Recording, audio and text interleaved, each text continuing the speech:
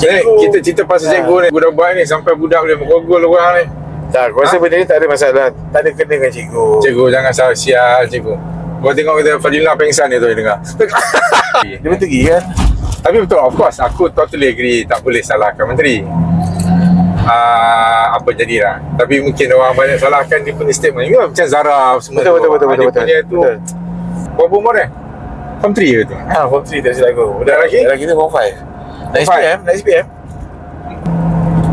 So, tak, cerita pasal budak tadi tu. Okay, apa cerita? Kan? Aku satu benda, mula-mula aku kena cerita kakak. Bila news macam ni keluar mula sekali, apa aku rasa kan? Apa kau rasa? Aku rasa pun dia. Kenapa? Budak-budak nakal sekolah lain, dia orang tak nak kalah tau. I see.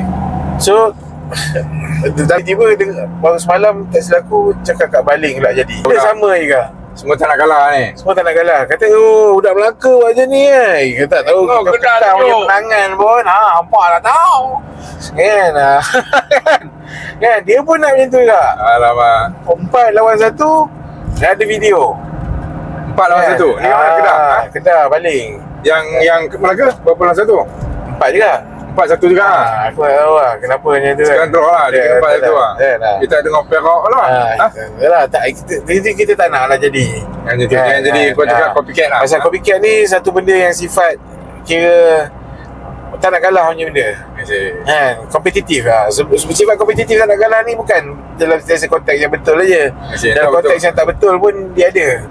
Yang Kedah tu SPM ke? Tu aku tak sure.